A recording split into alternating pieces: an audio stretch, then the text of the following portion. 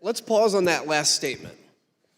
Although Pat Cipollone is being careful about executive privilege, there really is no ambiguity about what he said. Almost everybody wanted President Trump to instruct the mob to disperse. President Trump refused. To understand how inadequate the president's tweets were, let's examine his 238 tweet in more detail. For context, here's what was happening at that time.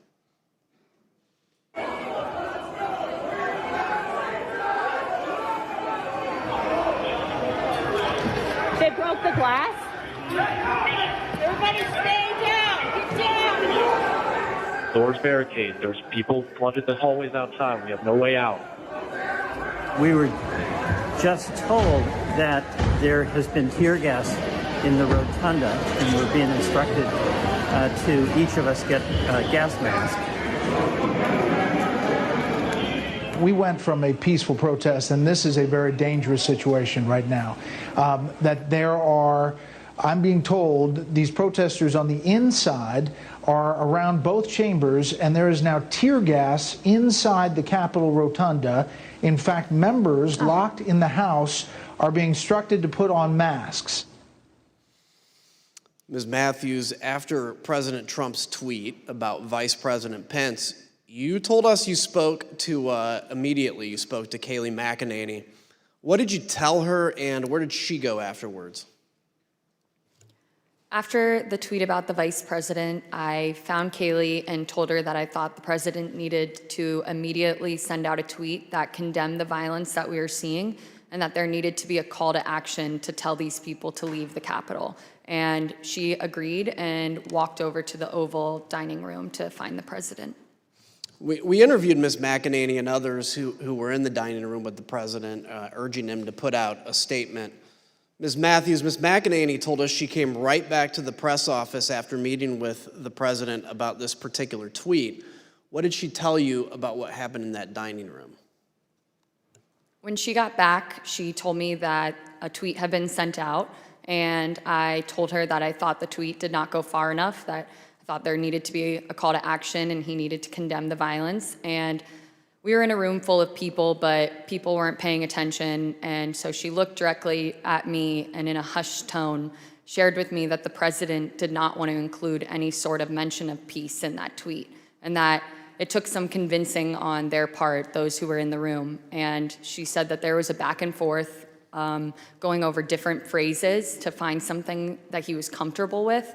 And it wasn't until Ivanka Trump suggested the phrase, "stay peaceful," that he finally agreed to include it.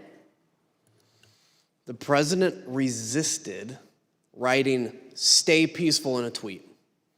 He told Mark Meadows that the rioters were doing what they should be doing, and the rioters understood they were doing what President Trump wanted them to do.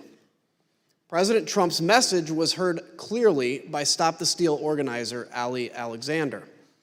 At 2:38, he told another organizer, quote, "POTUS is not ignorant of what his words would do."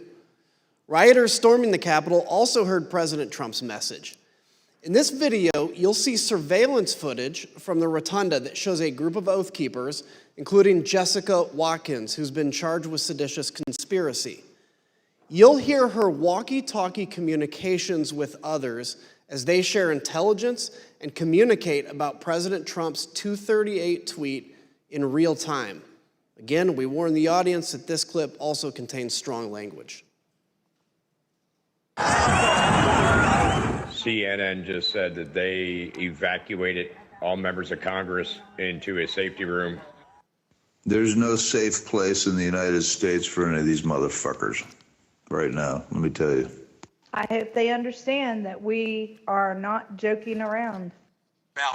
Military Principle 105. Military Principle 105. Cave means grave. Trump just tweeted, "Please support our Capitol Police. They are on our side. Do not harm them." That's saying a lot by what he didn't say. He didn't say not to do anything to the congressman. Well, he did not ask them to stand down. He just said, stand by the Capitol Police. They are on our side, and they are good people. So It's getting real down there. I got it on TV, and it's looking pretty friggin' radical to me. CNN said that Trump has egged this on, that he is egging it on, and that he is watching the country burn 2 weeks before he leaves office. He is not leaving office. I don't give a shit what they say. We are in the mezzanine. We are in the main dome right now. We are rocking it. They're throwing grenades. They're freaking shooting people with paintballs, but we're in here. Be safe, be safe. God bless and Godspeed, and keep going. Get it, Jess. Do your shit. This is what we fucking lived up for. Everything we fucking trained for. Took over the Capitol, overran the Capitol. We're in the fucking Capitol, bro.